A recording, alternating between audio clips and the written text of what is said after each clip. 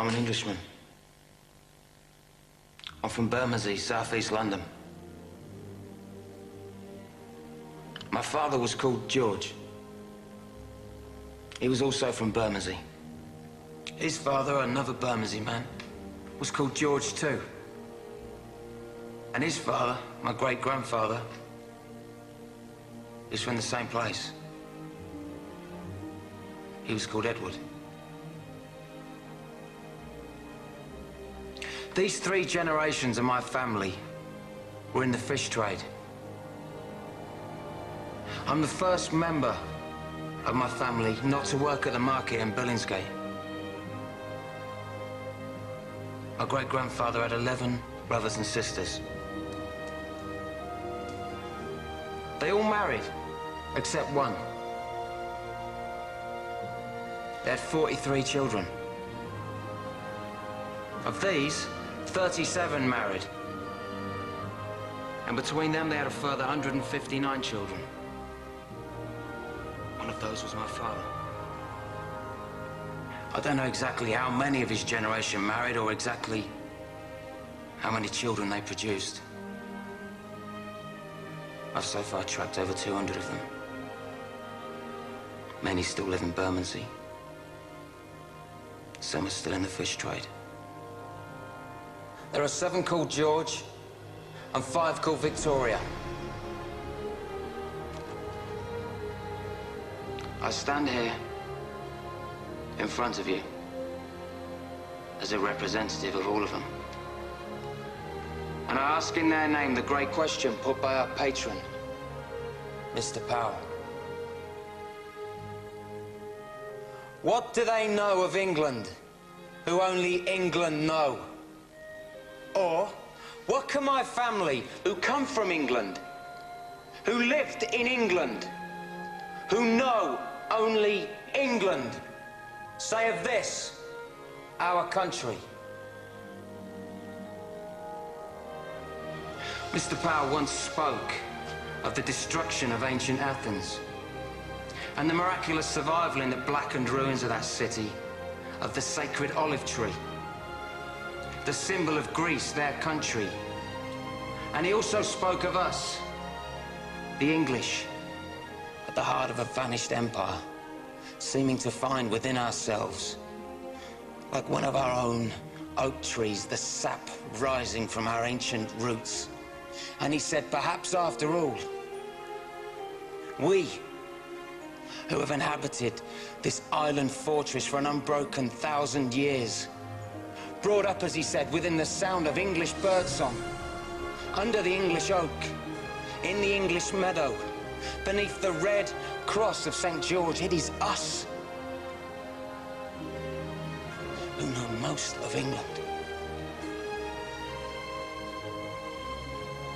And I appreciated him for saying that. Because it was as if he spoke for my family, who understand well their own country.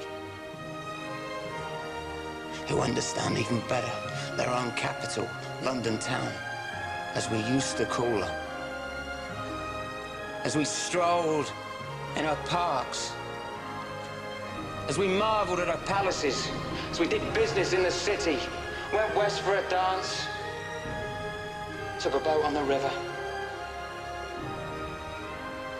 The pale ale and eel pie of old London. The London of my family, for as many generations as I know.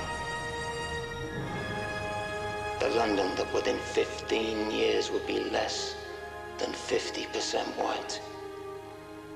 London where in 15 years, a white person will be in the minority. Am I racist? No. Do I have anything against people of other races? No. Would I prevent them from coming into my home? No. So what then is my gripe? My gripe.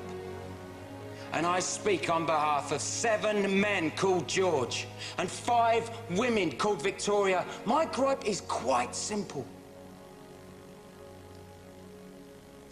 My My gripe is that we were never asked. My gripe is that we were told, not asked.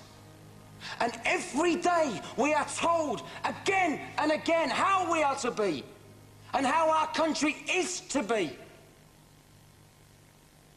We're told by them, and we know who they are. They're English too. They're the class that has always set themselves apart. They're the class that has always taken whatever they wanted for themselves. And now they are the class that is giving England away.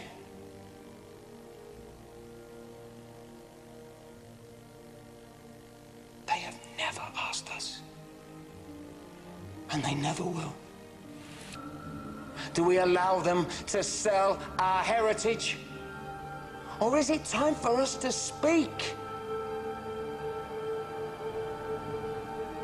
To speak. To refuse them the right to give away our holy, our bountiful, our only England that has nurtured us naked, grown us as the oak. Is it time for us that England know to come yet again and defend our country with our fire, our fists?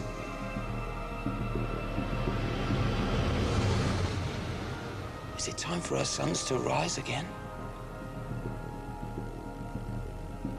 I say yes. I say yes. I say yes.